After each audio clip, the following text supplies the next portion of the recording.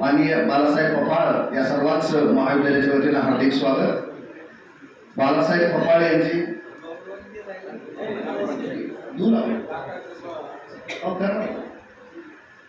माननीय बबुरवानजी शेंडगे साहेब स्थानिक व्यवस्थापन समिती उपाध्यक्ष हे महाविद्यालयाचे अध्यक्ष आदरणीय काकांचा या ठिकाणी सत्कार करणार आहेत. मी विनंती करतो मामा. तर आपण या ठिकाणी पुष्पगुच्छ घेऊन यावा. माननीय शेडगे साहेब हे सत्कार करतायत.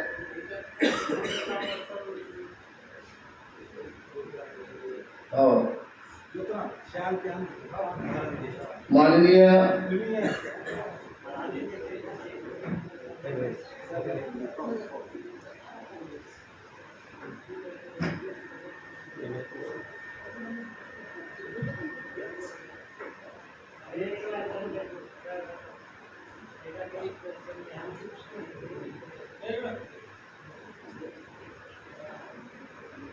माननीय शेडगे साहेबांच्या वतीनं काकांचा हा सत्कार या ठिकाणी करण्यात येत आहे. काकांचं मार्गदर्शन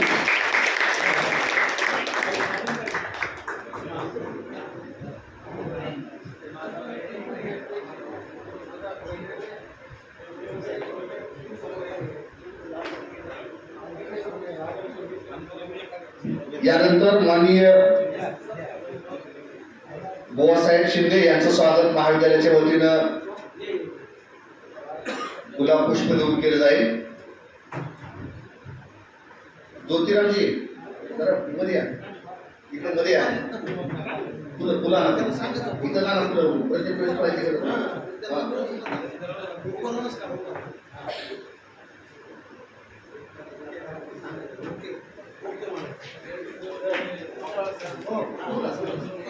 माननीय बालासाहेब पपाळ माजलगाव यांची तालुका डिजिटल जगद्गुरु संत तुकाराम महाराज प्रतिष्ठान यांच्या वतीनं सत्कार करणार आहे. पत्रकार संघाच्या अध्यक्षपदी त्यांची निवड झाली. तालुका अध्यक्षपदी माननीय बालासाहेब पपाळ माजलगाव तालुका डिजिटल पत्रकार संघाच्या वतीनं आदरणीय शेडगे साहेब हे जगद्गुरु संत तुकारामांचा विचार संपूर्ण महाराष्ट्राच्या कानाकोपऱ्यात वारकऱ्याच्या मनामनात आणि घराघरात जाण्यासाठी प्रयत्नशील असतात. वारकरी संप्रदायामध्ये त्यांचं फार मोठं काम आहे आणि अशीच प्रेरणा मिळावी म्हणून त्यांनी माननीय बालासाहेब पपाळ साहेबांचा या ठिकाणी सत्कार केलेला आहे. यानंतर या कार्यक्रमासाठी आवर्जून उपस्थित असलेले माननीय बुवासाहेब शिंदे यांचं स्वागत महाविद्यालयाच्या वतीनं या ठिकाणी करण्यात येत आहे. ज्योतिरामजी फुला ना फुलं काकांच्या वतीनं या ठिकाणी त्यांचं स्वागत करण्यात येत आहे. यानंतर या कार्यक्रमासाठी आवर्जून अत्यंत जिव्हाळ्याने उपस्थित राहिलेले दिनकररावजी शेडगे साहेब यांचंही स्वागत महाविद्यालयाच्या वतीनं या ठिकाणी करण्यात येत आहे.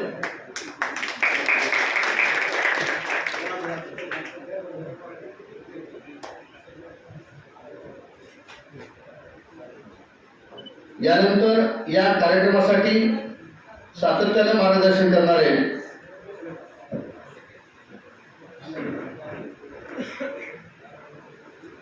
शेडगे साहेबांचं स्वागत नको. बरोबर ठीक आहे, ओके, धन्यवाद. मनापासून आपल्या सर्वांचं हार्दिक स्वागत. या माननीय दिनकरराव शेंडगे यांचं स्वागत राजू निंबाळकर साहेबांना विनंती करतो की आपण या ठिकाणी स्वागत करावं.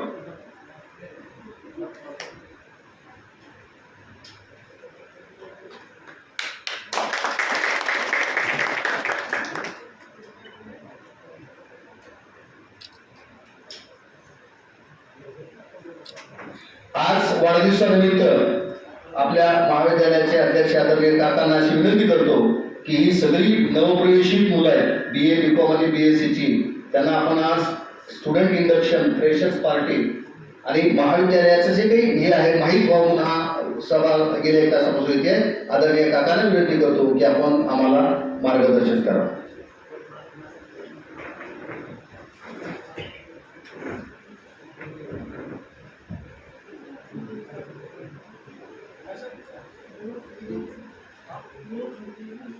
लोकमान्य टिळक महाविद्यालय वडवणी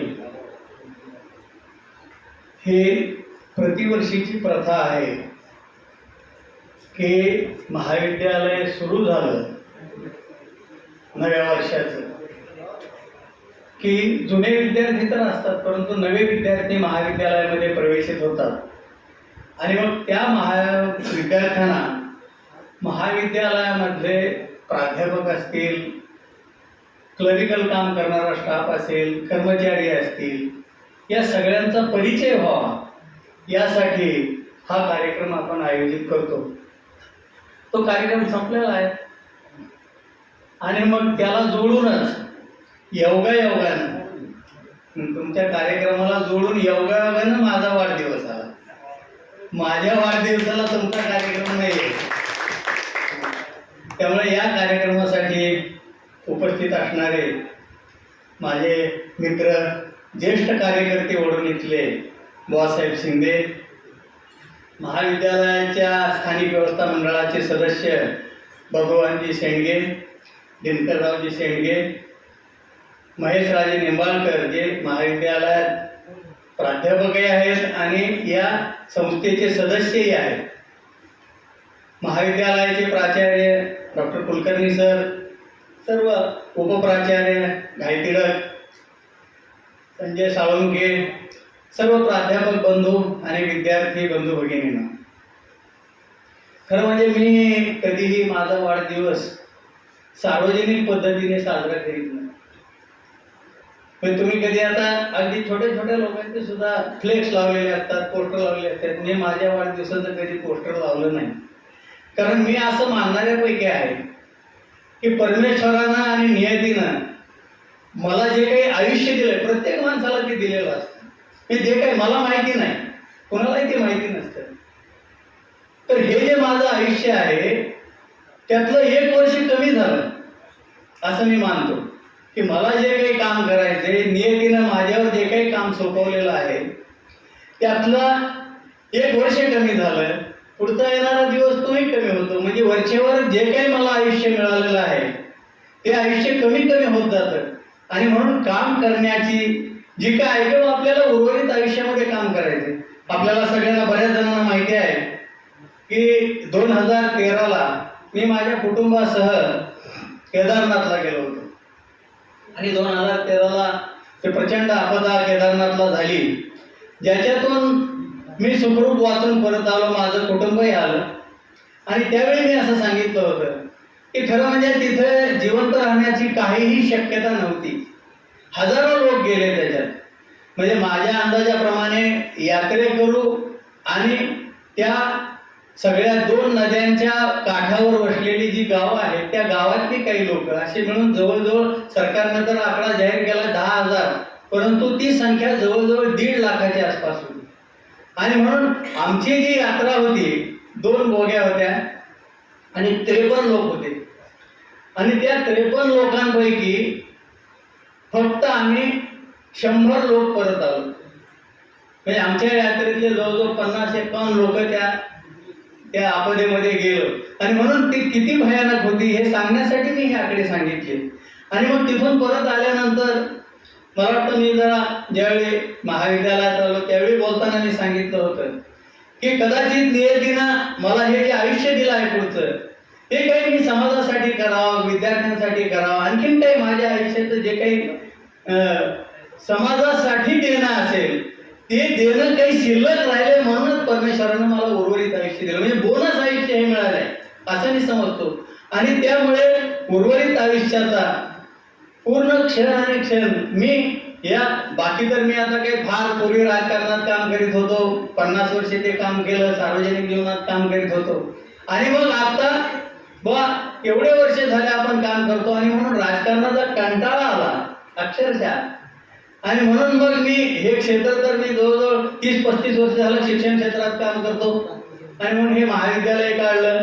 आणि म्हणून आता उर्वरित आयुष्य या महाविद्यालयाच्या कामासाठी द्यावं यासाठीच मी काम करतो. बाकी उर्वरित मी काहीही काम आता सार्वजनिक जीवनात करीत नाही. आणि मग जे जे काही शक्य आहे आपल्याला, कारण आपली साधनं कमी आहेत, आर्थिक विवंचना आहेत, ग्रामीण भागातलं हे महाविद्यालय आहे, त्यामुळे त्याच्या पुष्कळ अडचणी आहेत. त्या विद्यार्थ्यांना सांगण्याची काही गरज नाही आहे. परंतु त्या आपल्या कुवतीप्रमाणे, आपल्या शक्तीप्रमाणे या विद्यार्थ्यांना अधिक त्यांना ज्ञानदान, त्यांना सुख सुविधा, त्यांना पुढे जाण्यासाठी जे जे काही शैक्षणिक आवश्यक असेल ते देण्याचा प्रयत्न, मी परिपूर्ण म्हणत नाही, पण ते प्रयत्न पूर्णपणे माझ्या शक्तीनुसार करण्याचा प्रयत्न मी करतो. आता आपल्याला आपण टीनच्या शेडमध्ये हे महाविद्यालय आहे. 17ला हे बांधकाम केलं. पूर्वी तर ते गावात माझी जी इमारत आहे तिथे महाविद्यालय चालत होतं आणि 17ला ही जागा तर 99लाच घेतलेली होती आणि म्हणून 16-17ला हे बांधकाम केलं, महाविद्यालय इथं आणलं. परंतु आपल्याला परमनंट RCCची इमारत करायची आहे. त्याच्यासाठी बरेच 4-5 वर्षापासून आपले प्रयत्न चालू आहेत. परंतु आता त्याचं बजेट आहे जवळजवळ 4 कोटी रुपये.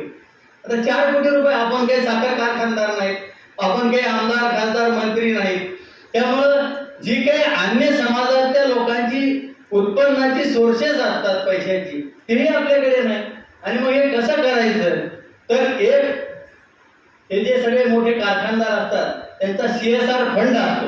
म्हणजे त्यांना एक बंधन असतं किंवा त्यांचं जे काही उत्पन्न आहे त्यातले एक 10%, 20%, 5% पैसे हे सरकार जमा करतात आणि तो CSR फंड म्हणून वैद्यकीय क्षेत्र, शिक्षण क्षेत्र याच्यासाठी तो खर्च करायचा असं शासनाचं बंधन आहे. आणि म्हणून मी 2-3 वर्षापासून ते CSR फंडाचा प्रयत्न करीत होतो आणि त्याला यश आलेलं आहे. यावर्षी आपल्याला जवळजवळ 2 कोटी रुपयाचा CSR फंड मिळण्याची शक्यता आहे. आणखी मिळाला नाही, परंतु त्यांनी कबुली दिली किंवा आम्ही तुम्हाला देऊ, तुमचा प्रस्ताव, आपला प्रस्ताव आता तयार आहे, तो जर आला तर माझ्या डोक्यात आहे की येत्या 2 वर्षामध्ये आपली भव्य महाविद्यालयाची इमारत सर्व सुविधांनी सुसज्ज अशी विद्यार्थ्यांसाठी आपण उभी करणार आहोत. त्याबरोबरच महेशरावांना सांगितलं, कारण आपल्याला माहित आहे की ते महाविद्यालयात आल्यापासून गेली 8 वर्ष झालं आपली टीम महाविद्यालयाची ही विद्यापीठात चॅम्पियन आहे सलग. हे रेकॉर्ड आहे महाविद्यालयाचं. म्हणजे आतापर्यंत डॉक्टर बाबासाहेब आंबेडकर मराठवाडा महाविद्यापीठात सलग 8 वर्षे जिंकणारी एकही टीम मराठवाड्यातली नाही.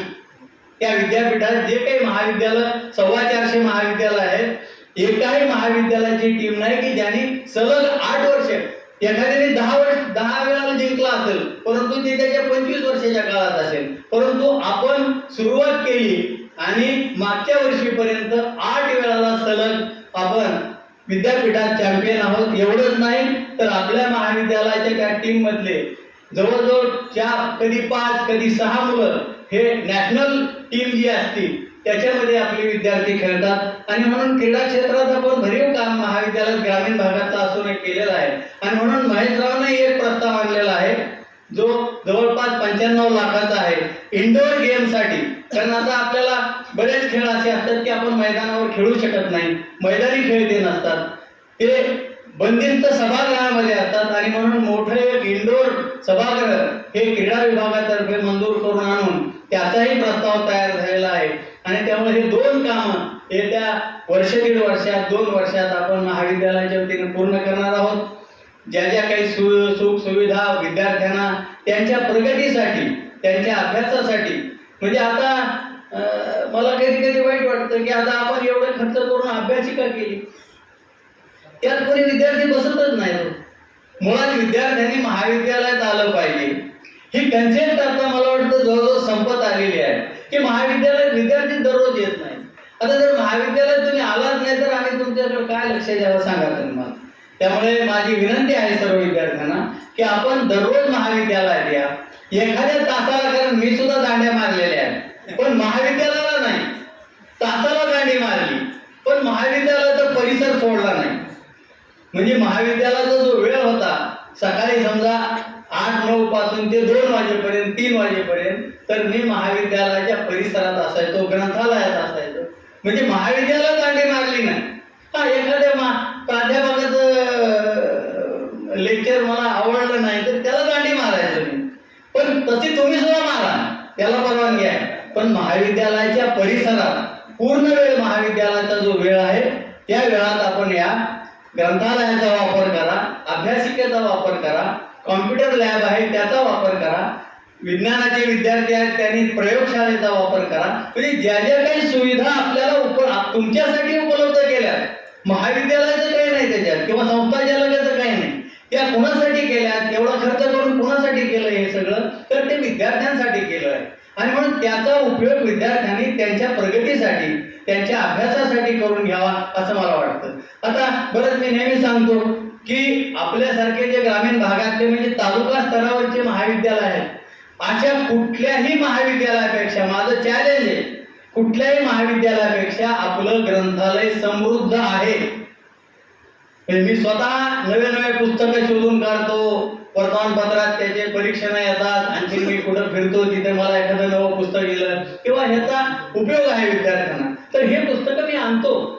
पण ते पुस्तकं आणले तर ते वाचले तर पाहिजेत, नाही तर त्याचा उपयोग काय?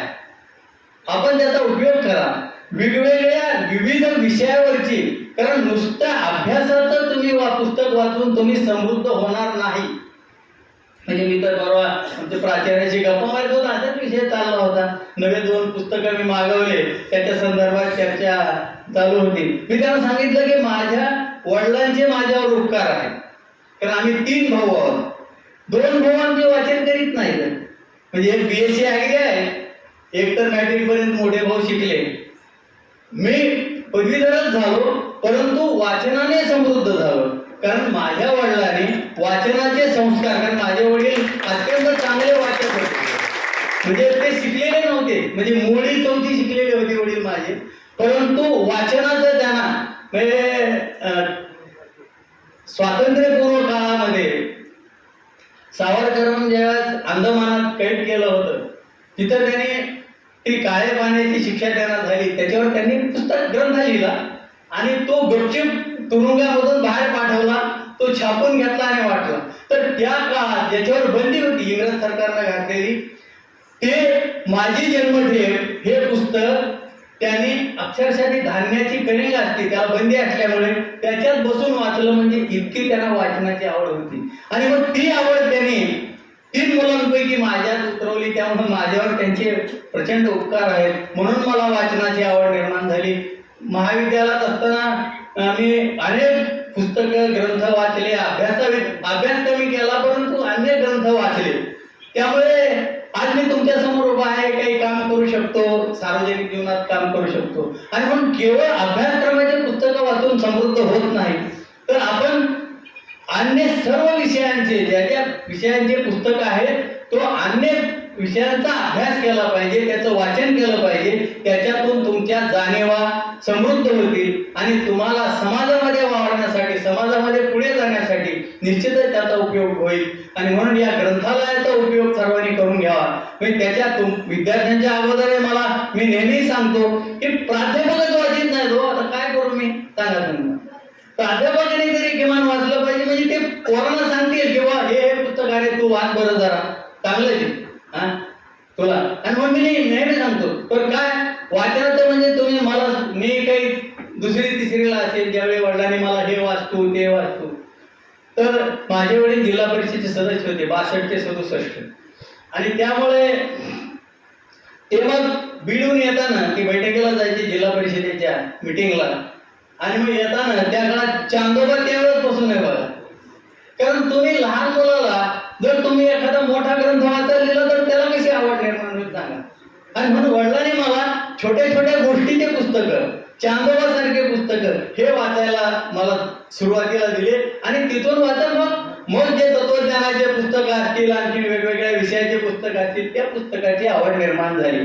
तर म्हणून मी सरांना परवा सांगितलं की मी काही पुस्तकं जे हलके फुलके आहेत ग्रंथालयात ते का आणतो, तर विद्यार्थ्यांना सुद्धा वाचनाची आवड निर्माण झाली. तुम्हाला अगोदरच तत्वज्ञानाचं तुम्ही टिळकांचं गीताराशी तुम्ही वाचा असं मला तर मला वाटतं कोणीही विद्यार्थी ते ज्यांनी पुस्तकं कधी वाचले नाही ते वाचणार नाही.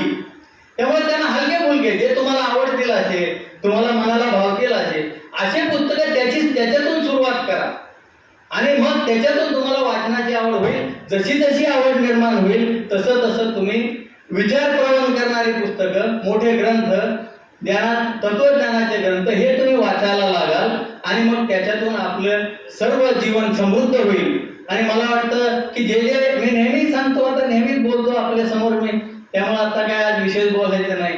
तर आपण सगळेजण महाविद्यालयात उपस्थित राहा, सगळ्या इथल्या सुविधांचा लाभ घ्या आणि आपलं जीवन समृद्ध करा, आपली शैक्षणिक प्रगती करा. आपल्या प्रगतीसाठी जे जे काही आवश्यक आहे ते उपलब्ध करून देण्याची व्यवस्था संस्थाचालक म्हणून आमच्याकडून निश्चितच आमच्या ताकदीप्रमाणे, कुवतीप्रमाणे केली जाईल एवढं आश्वासन देतो आणि थांबतो. धन्यवाद.